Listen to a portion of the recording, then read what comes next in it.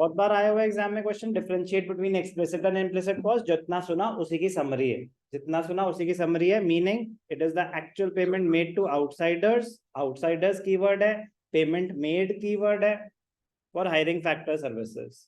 यहाँ पे क्या है, it is the cost of self supplied factors, self supplied factors.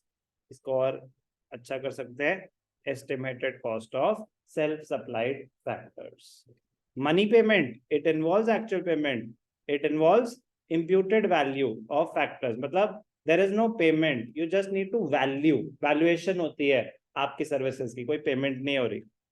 Example, wages paid to employees, rent paid, insurance premium, interest on capital, rent of own land, estimate।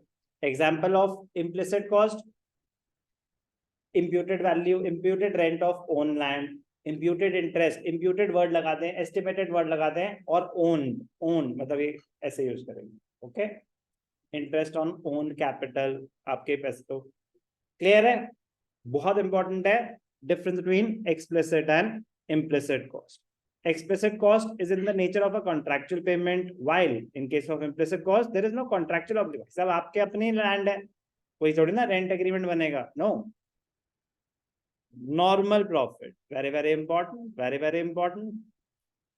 Normal profit is also treated as a part of implicit cost because it is the imputed value of entrepreneurial services provided by the owner।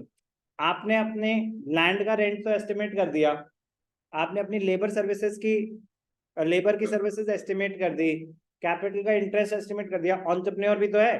तो entrepreneurship का एक normal profit, normal profit मतलब extraordinary नहीं, कि इस business में जो भी आप बिजनेस कर रहे हो इसमें नॉर्मली लोग कितना कमाते हैं, तो वो नॉर्मल प्रॉफिट होता है, और कुछ नहीं, वो अपॉर्चुनिटी कॉस्ट ही है। क्या है वो? अपॉर्चुनिटी कॉस्ट ही।